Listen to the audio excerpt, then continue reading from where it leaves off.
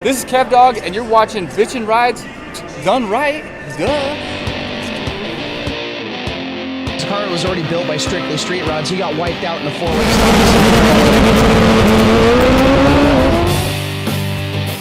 You have the most talented guy in there, but if he's not driving with the rest of the crew,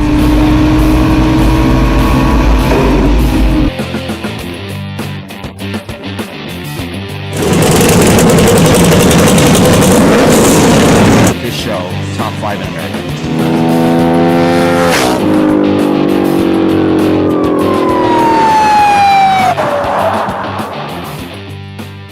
Hello, friends. This is Larry with Rides Done Right at the Salem Roadster Show, and I'm here with Mike. Mike, nice to meet you. Good to see you. Got to get this whole thing going back and forth. We'll work on that a little bit.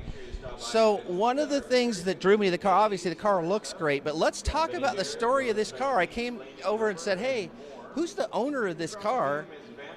And it's not owned by a dude. Tell me about it, Mike. Yeah, you know, the story of this car is a little bit unique in the sense that it came to life in kind of an interesting way. We actually, a few years ago, for a Street Cruise publication, were asked to do an advertisement.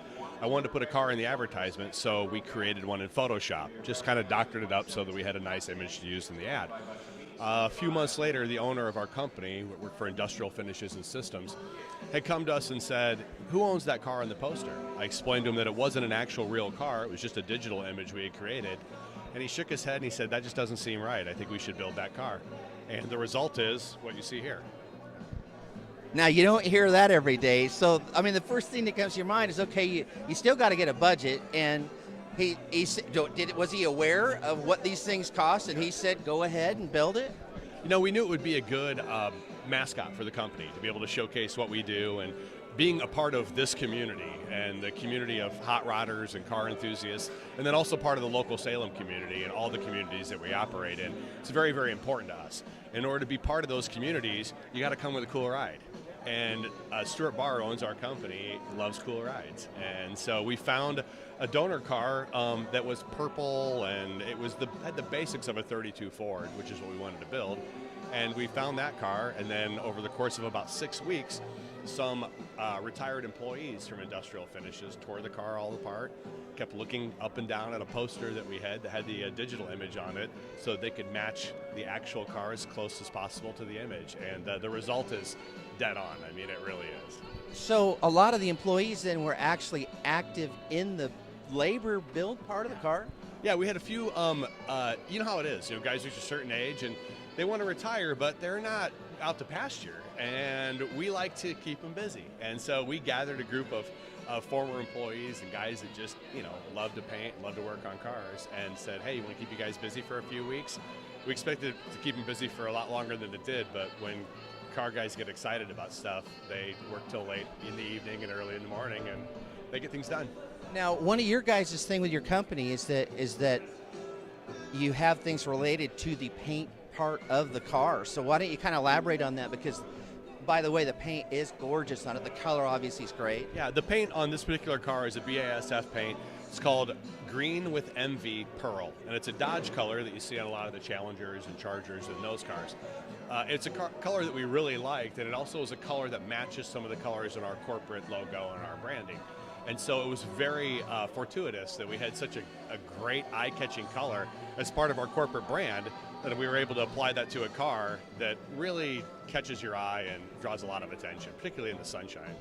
That's great. Yeah, it looks good. Let's talk about the motor a little bit on that. So, did you guys go out and buy a new motor for it? Did you find somebody, one of the guys donate it, and what's it got for horsepower? That was one of the really nice things about the find. It's a 454 big block, was built by a gentleman by the name of Grant Wheeler, and that came with the car itself. In the image that we had done digitally, we had put a blower on it. So naturally we had to put a blower on this one so that it would match that image. It's about just a little north of 700 horsepower at the wheel. We actually detuned it just a little bit so that we could drive it in some street cruises and around. And now and again, different people take keys to these cars, and you don't want anyone to get hurt or in trouble. So you take it down to only 700 horsepower. But it's a handful to drive in a straight line. It's an absolute blast. It's got the turning radius of the Titanic, and it'll work the wheelie bars if you can get traction, but those rear tires will break long before it'll get up in the air. But it's a lot of fun. It makes a lot of noise. That's so cool. You know, as you're talking about the horsepower part of it and the fact that you had to put a blower in because you guys drew a blower in it, can you imagine if you'd have like drawn some engine in there, like a jet engine or something, and then you'd have had to gone out and done that? I mean, it's just it's kind of cool, the idea that you drew what was cool, and then you guys made what was cool. And blowers on these things, I think it's kind of what, you know, how they should be. It's a good look. And you know, the running joke around the office is what digital image are we going to come up with next so that we can build a car to match it. And there are plenty of opinions in our company as to what kind of image we should be using for our next campaign. Well, it looks great, and I'll tell you, it's a nice job for you guys. Thank you so much. I really appreciate it. Thank you, guys, and we'll see you next time.